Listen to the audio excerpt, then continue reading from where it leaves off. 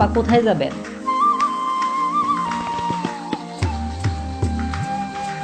Girls college যাবেন? হ্যাঁ, যাব।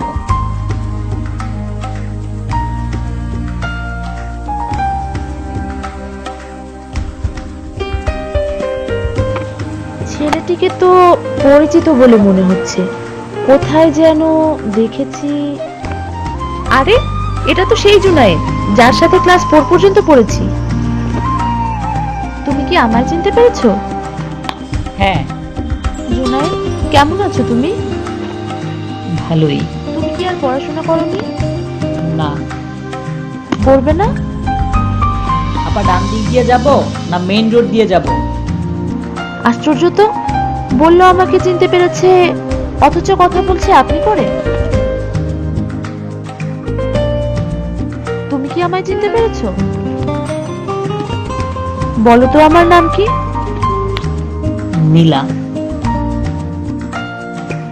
বাহ, জানতাম ওর স্মরণশক্তি অনেক ভালো, কিন্তু এতটা ভালো তা বুঝতে পারিনি।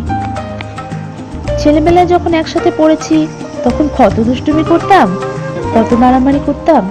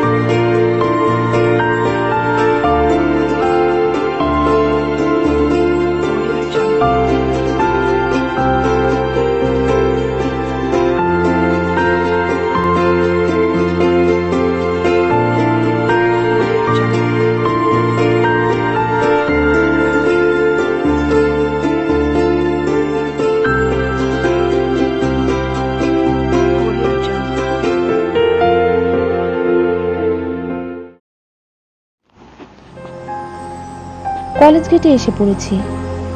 ওর জীবনের ইতিহাসটা আর শোনা হলো না।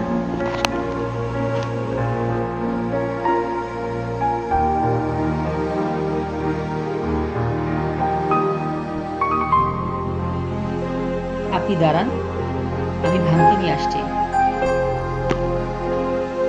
এই যে আপনার টাকা। আসি।